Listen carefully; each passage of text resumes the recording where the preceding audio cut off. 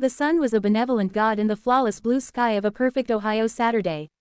Its warmth soaked into my shoulders, a familiar and welcome weight as I knelt in the rich, dark earth of my backyard. This was my church, my therapy, my sanctuary. The city of Maple Creek, with its gentle hum of lawnmowers and distant laughter of children, faded into a pleasant background noise. Here, among the emerald fronds of asparagus and the budding promise of my heirloom tomatoes, I was just Sarah, a woman coaxing life from the soil. My name is Sarah Mitchell. I'm a graphic designer by trade, but my heart has always belonged to the land. This house, a charming but aging Cape Cod on Maple Drive, was our 3-year milestone. My husband, Mark, a high school history teacher with the patience of a saint and the back of a man who should not be moving heavy furniture, was inside, likely grading papers or watching a game. Our golden retriever, Bailey, was snoozing in a patch of sun near the porch, his tail giving an occasional, lazy thump. It was a picture of suburban bliss, so ordinary it was almost cliché. The morning had been spent in a satisfying battle with weeds. I'd wrestled out stubborn dandelions with their taproots like arrogant little anchors, and thinned out the carrot seedlings. Now, I was turning my attention to a new project, a small perennial bed along the back fence, where the old oak tree cast a dappled shade. The previous owners had let this section go wild, and a particularly tenacious cluster of ivy had claimed it as its own.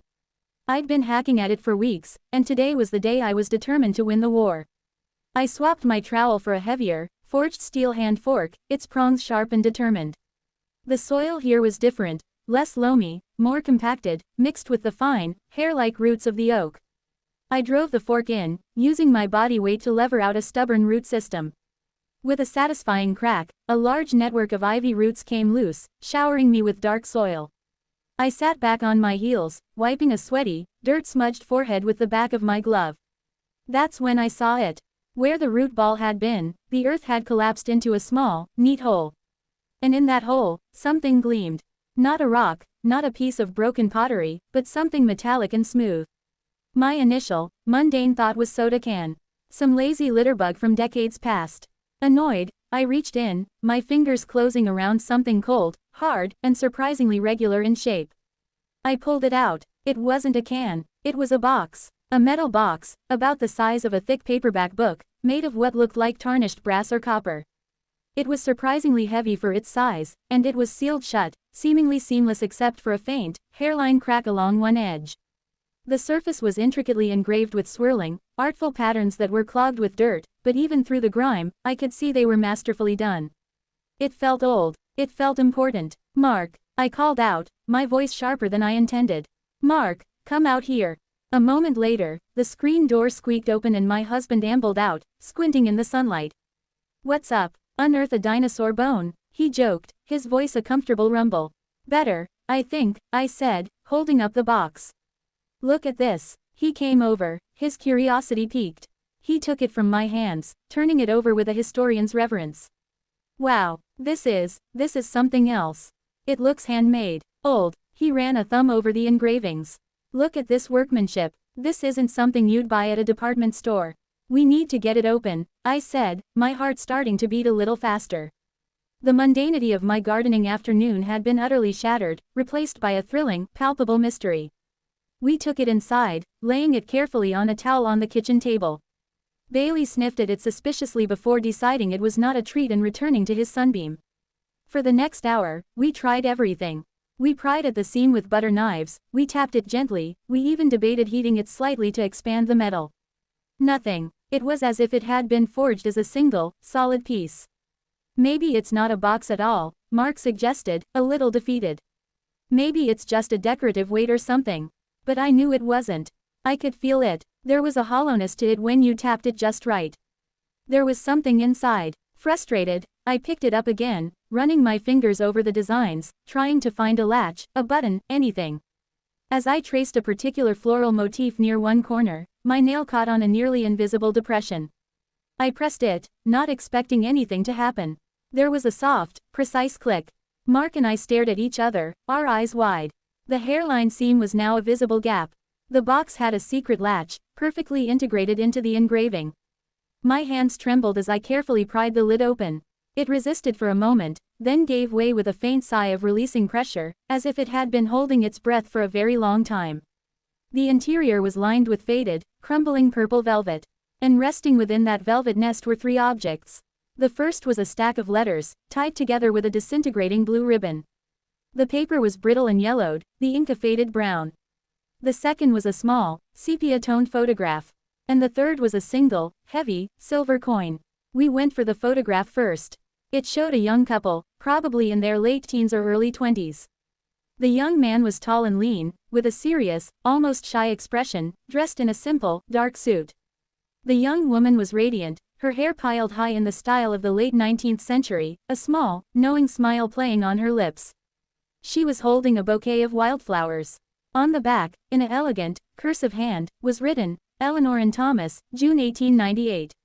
Our secret. 1898, Mark breathed. This house was built in 1901. They must have lived here. Or were planning to. Next, Mark picked up the coin. He turned it over in his palm. It's a Morgan silver dollar. 1889. He was quiet for a moment, his historian's brain whirring. This was a lot of money back then. A day's wages, maybe more. But it was the letters that held the real story. With the utmost care, Mark untied the fragile ribbon. The top envelope had no address, only the words "My dearest Eleanor" written in the same hand as the photograph. He began to read aloud, his voice soft and steady, transforming into a conduit for a voice from the past. My dearest Eleanor, I write this by the light of a single candle, the house around me silent and sleeping. Father has finally given his consent, though it was wrested from him like a tooth from a bear. He believes the Henderson boy, can you believe he still calls me a boy, from the wrong side of the creek is not a suitable match for a daughter of the Carter family. He spoke of your prospects, of the Thompson fortune, of social standing. He does not see what I see. He does not see the fire in your eyes when you speak of your dreams, or the strength in your hands that you try to hide with lace gloves. Mark paused, looking at me. The Carters. The Carter family were one of the founding families of Maple Creek. They owned the original lumber mill. They were local royalty. He returned to the letter. But our secret holds, my love. The land is secured. The parcel on the western edge of town, near the Great Oak, is ours. I have paid the first installment with the money I saved from the blacksmith shop. Mr. Abernathy, the lawyer, says the deeds will be ready next month. We will build our home there, Eleanor. A home of our own making, far from your father's disapproving glare. Every nail I drive will be a promise to you. Every plank will be a testament to our future. I have enclosed a silver dollar, the first of our savings for this grand endeavor. Let it be a symbol of the foundation we build together. Yours, now and always. Thomas. A shiver ran down my spine. The great oak, our oak, the massive, sprawling tree that had been the centerpiece of our backyard since we moved in. Thomas and Eleanor weren't just previous owners, they were the ones who had built this very house. This was their dream, their secret rebellion, buried in the very soil they had chosen for their life together. We read through the other letters, one by one, our gardening forgotten, the afternoon light fading outside the window. They chronicled a beautiful, anxious, hopeful year. Thomas wrote of the slow progress of the house, of sourcing timber, of arguments with the carpenter. Eleanor, in the few letters she had written back, which Thomas had clearly cherished and kept, spoke of her stifling life at home, of her longing to be with him, of the small keepsakes she was gathering for their new home. The story unfolded before us like a novel. The disapproval of Eleanor's wealthy family. Thomas's fierce determination to prove himself worthy not through birthright, but through hard work and love. Their plans, their fears, their unwavering commitment. The final letter was different. The paper was slightly less fragile, the ink darker. It was dated May 1899. My beloved Eleanor, it is done. The last window is in, the final floorboard laid. I carried you over the threshold yesterday, and though you laughed and said it was a silly tradition, I saw the tears of joy in your eyes. This house is no longer just wood and nails. It is a testament. It is our victory. I am burying this box today, under the oak sapling we planted together on the day we broke ground. It holds the beginning of our story, the first coin, our photograph, these letters. Let the roots of this tree protect it, let it grow around our secret. And one day, perhaps when we are old and gray, we will dig it up together and remember the fire and faith that built these walls. This house is our promise, Eleanor. And my love for you is its everlasting foundation. Forever yours, Thomas. Silence filled our kitchen. It was a profound, heavy silence, thick with the weight of the past. Mark and I looked at each other, and I saw that his eyes were glistening, just as mine were. We weren't just holding a metal box, we were holding the soul of our home. The very walls around us seemed to hum with a new significance. The creak in the floorboards wasn't just a nuisance, it was a voice. The view from the window wasn't just a yard, it was a testament to a love that had literally built our shelter. I can't believe it, I whispered, my voice cracking.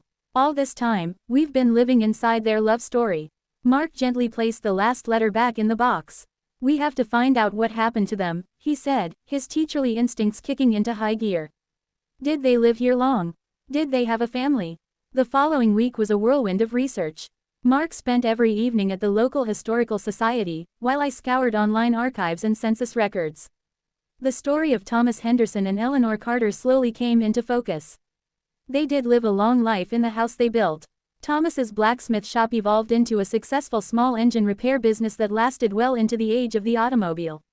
Eleanor, freed from the constraints of her family's expectations, became a beloved figure in Maple Creek, known for her magnificent garden, a fact that made me gasp with a sense of cosmic connection, and for founding the town's first lending library. They had 3 children. The house remained in the Henderson family until the 1950s. We learned that Thomas died in 1958, and Eleanor followed him just a few months later. They were buried side by side in the Maple Creek Cemetery. That weekend, Mark and I drove to the cemetery. It was another beautiful, sunny day, reminiscent of the one when I'd found the box. We found their headstones, simple and elegant, under the shade of a mature maple tree. Thomas Henderson, 1877–1958. Beloved husband and father. And next to him, Eleanor Henderson, 1880–1958. Her love built a home. We stood there for a long time, not speaking. I placed a small, fresh bouquet of daisies from my garden, our garden, on Eleanor's grave. You were right, I said softly, my hand in Mark's. The love was the foundation. It's still here. The discovery changed everything for us. The house was no longer just a financial investment or a nice place to live. It was a custodian of a legacy. When we looked at the oak tree, now a magnificent, towering giant, we didn't just see a tree, we saw the sapling a young, hopeful Thomas and Eleanor had planted together. When I worked in the garden, I felt a kinship with Eleanor, a sense that I was tending to her dream as much as my own. We had the box professionally preserved. The letters were carefully encapsulated in acid-free plastic, the photograph restored. We placed it all in a small display case in our living room, a quiet, constant reminder of the extraordinary history woven into the ordinary fabric of our home. Sometimes, on quiet evenings, I'll catch Mark looking at the case, a thoughtful expression on his face. To think, he'll say, it was just sitting there, all this time. Waiting. The most unexpected thing wasn't just finding a box while gardening. It was the profound connection we forged with 2 people we had never met. It was the realization that the most powerful legacies aren't always grand monuments or vast fortunes.